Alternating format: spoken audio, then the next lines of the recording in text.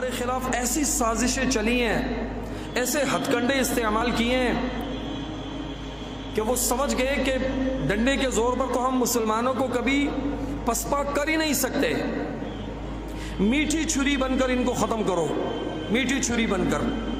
میٹھی چھری کیا ہے؟ کہ ان کی ایمانی غیرت کو ختم کر دو۔ فحاشی عریانی کے ذریعے،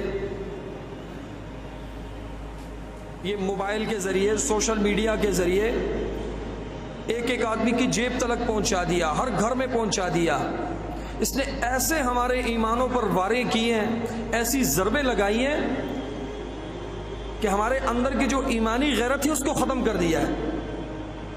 جیسے اب پتہ ہے کیا ہماری کیا مثال، کیسے ہو گئے ہم لوگ؟ جیسے ہوتا ہے نا ایک آدمی کا ایکسیڈنٹ ہوتا ہے، ایکسیڈنٹ میں بہت زیادہ زخمی ہو جاتا ہے اور وہ بے ہوش ہوتا ہے اور وہ اسٹریچر پر پڑا ہوا ہوتا ہے، ادھ مرا، اس کو ایمرجنسی میں لایا جاتا ہے، ڈاکٹر اس کے کپڑے اتارتے ہیں اور ڈاکٹر حضرات اپنے نازک ہاتھوں سے وہ چھوٹی سی جو چھری ہوتی ہے، بے بس و لاچار ادھ مرا وہ انسان، پھر اس کو نا وہ چھری سے لے کر سالگرہ کے کیک کی طرح جیسے دل کرتا ہے جہاں سے کرتا ہے اس کو کاٹتا ہے۔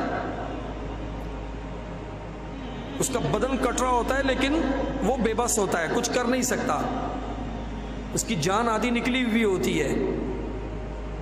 یا جیسے سالگرہ کا کیک ہوتا ہے نا، ہمارے سامنے پڑا ہوتا ہے، ہم اس کو چھری سے لے کر اس کے پیس نکالتے ہیں، کاٹتے ہیں اس کو۔ آج امت مسلمہ کفر کے مقابلے میں ایک سالگرہ کا کیک ہے یا اس ایکسیڈنٹ شدہ ایک زخمی کی مانند ہے۔ دنیا کے جس کونے میں جہاں مسلمان آباد ہیں مار کھا رہے ہیں، اور کفر چھری لے کر سالگرہ کے کیک کی طرح دنیا کے جس خطے میں جہاں مسلمان آباد ہے، جہاں سے جی چاہ رہے ہیں وہاں سے اس کو کاٹ رہے ہیں۔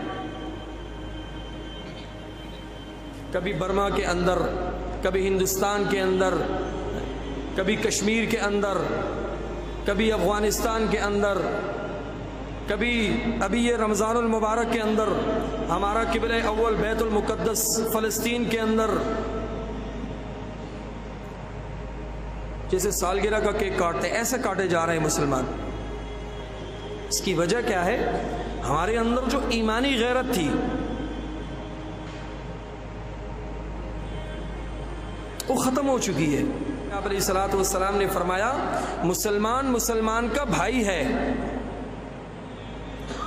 جو مسلمان دوسرے مسلمان کی مشکل کو دور کرے گا اللہ اس کی مشکل کو دور کر دے گا، جو مسلمان کسی دوسرے مسلمان کی سختی کو دور کرے گا اللہ رب العزت محشر والے دن کی سختی سے اس کو نجات دلا دیں گے۔ مسلمان تو ایک درخت کی مانند ہے، ایک پتا بھی ٹوٹ جائے پورے درخت لرز جاتا ہے، پورے درخت کے اندر لرزہ طاری ہو جاتا ہے۔ مسلمان ایک جسم کی مانند ہے، کان میں درد ہو دل میں درد شروع ہو جاتا ہے، دانت میں درد ہو دل میں درد شروع ہو جاتا ہے۔ آج ہماری یہ حالت ہے، وہ تو چھوڑیں جو سمندر پار مسلمان پڑے ہوئے ہیں یا ان کی عزت اور آبرو سے کھیلا جا رہا ہے، ہمارے پڑوس میں کتنے ظلم ہو رہے ہیں، ہمارے محلے میں ہو رہے ہیں، ہمارے بازاروں میں ہو رہے ہیں، غریبوں کو ذلیل کیا جا رہا ہے، یتیموں کو رسوا کیا جا رہا ہے، حق چھینے جا رہے ہیں یتیموں کے۔ جس یتیم کو رسول اللہ صلی اللہ علیہ وسلم نے کندھے پر بٹھا کر عزت دی، منبر پر بٹھا کر اس کے سر پر ہاتھ رکھا کہ جو یتیم کے سر پر ایسے ہاتھ پھیرے گا اس کے سر کے نیچے جتنے بال آئیں گے اتنی نیکیاں اس کو ملیں گی۔ اسی یتیم کا مال کھا کر بیٹھے ہوئے ہیں ہم لوگ، اسی یتیم کو مارا جا رہا ہے، اسی یتیم کی زمین کو قبضہ کیا جا رہا ہے، جہاں کوئی غریب مسکین ریڑھی والا ملا اس کو دبا رہے ہیں۔ ہمارا بلڈ پریشر ہمیشہ غریب کے اوپر زیادہ آتا ہے، اپنے سے طاقتور آ جائے تو نہ بلڈ پریشر ہائی ہوتا ہے نہ غصہ آتا ہے، اب پتہ ہوتا ہے نا ایک لگاؤں گا تو 10 کھاؤں گا۔ غریب بیچارہ کیا کرے گا؟ اس کو 10 ماروں گا بیچارہ آگے سے مڑ کے بھی نہیں دیکھے گا۔ تو بھائی اللہ رب العزت نے ہمیں انسان بنایا ہے، جانور نہیں بنایا۔